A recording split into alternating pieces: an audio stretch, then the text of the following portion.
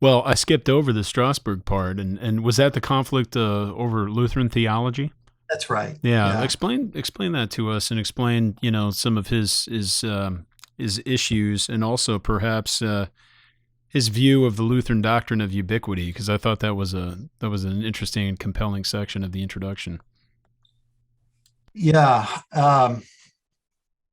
So, I think in some ways the situation is well summed up by an encounter that happens between Zenke and his academic superior Marbach, who I mentioned a Yeah, little bit yeah, ago. right. On the, I think it's the second night that Zenke is in town. He's invited to dinner at one of his colleagues' houses. Marbach is there, and they get to talking, and the Pope comes up. Maybe because Zenke is Italian, or maybe just everybody's talking about the Pope. I don't know.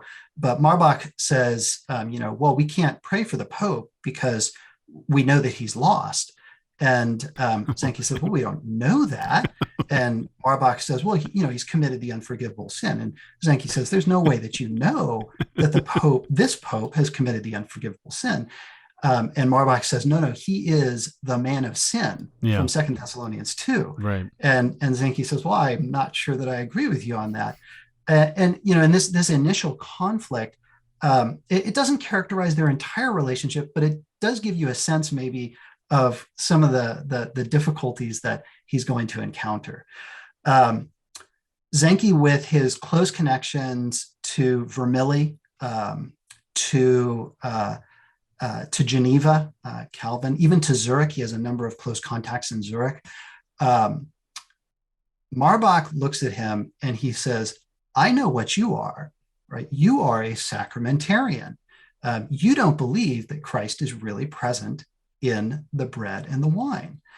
And so he wants Zenke and Vermilly, who has come back and he spends a few years in Strasbourg at this point.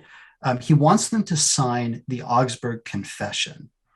And Zenke and Vermilly are both pretty put off by this because, according to their appointment, they're supposed to be allowed to teach freely, right? Lebenter is the word. And so to be forced to sign the Augsburg Confession means that they're actually not being allowed to teach freely. Nevertheless, they both sign. Zenke, includes a saving clause, something like, insofar as the document is understood in an orthodox manner, something like that. And Marbach just takes this as proof positive that he's signing with his fingers crossed. And so he continually now is going to push Zenke and try to find evidence of the fact that he is not going to be following the Augsburg Confession and what is increasingly becoming the Lutheran line of thought about the Lord's Supper, which is to say ubiquity and the real presence of Christ. Mm-hmm. Um, there are a number of other issues that come into play, right? So things like predestination, eschatology come into play. But I think the primary issue continues to be focused around the Lord's Supper. So let me see if I can try to explain what's going on here with the Lord's Supper. One of the questions that the early reformers had to deal with is what is going on with the bread and the wine? When Christ says, this is my body, this is my blood, what does that mean? And there's a famous meeting in 1529 in the city of Marburg where Zwingli and Luther and a bunch of other folk get together, and they have this meeting where they're trying to sort of find unity between Luther's reforming movement in Germany and what's happening in the Swiss cities. And if they could come together, this would be great. On 14 of 15 issues, to Luther's shock and amazement, they are able to come together. And the remaining issue is the Lord's Supper. Right. So the question is, what happens in the Lord's Supper? And Luther tends to take a position where he says, well, I don't know, but if you're going to force me to answer that question, what I'm going to say is that Christ's body is physically present, but it's not transubstantiation. Right? It's not the transformation of the substances of the bread and the wine into the actual physical body and blood of Christ. And Zwingli and other folks will say, well, okay, so what's happening then? Like what actually is occurring? And Luther will say, well, I don't know, but if I have to take a shot at it, I would say something like Christ's body because Christ is God, because Jesus is God, and God is everywhere. God is immense, right? He sort of fills all things.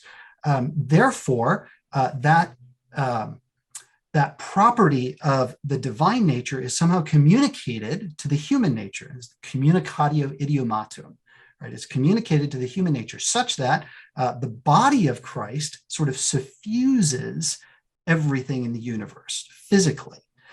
And therefore, Christ's body is, I think Luther's phrase is, in, with, and under the elements of the supper, but maybe perhaps especially in the supper, even though he's everywhere, he's especially in the supper because that's where Christ's promises are attached.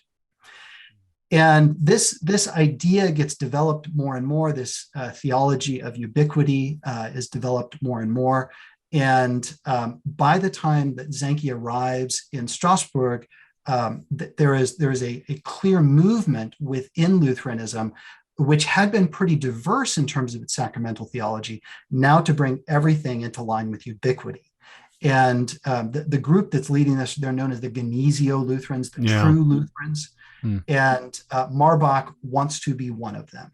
And the Genesio Lutherans don't trust Marbach because guys like Zanchi are teaching in his city. And so now Marbach has to bring the hammer down on Zanchi in order to prove that he is a true Lutheran as well. And so this is where the strife between these two men begins to unfold. Yeah. And just to bring the controversy to a quick end, it's super complicated, but to bring it to a quick end, Zanchi winds up being exonerated, right? He's charged with heresy. Marbach actually questions his salvation at one point. And Zanchi is exonerated by an international tribunal of judges from all over, including Lutherans, right? Who say, no, this isn't heresy. He's wrong, but it's not heresy. So everybody is like, it's okay. But despite having won in the major court of public appeal, he loses locally. Right, so he loses in the institutional context of the school and the church in Strasbourg, and so he can't stay there. So he finds himself sent off to Chiavenna instead.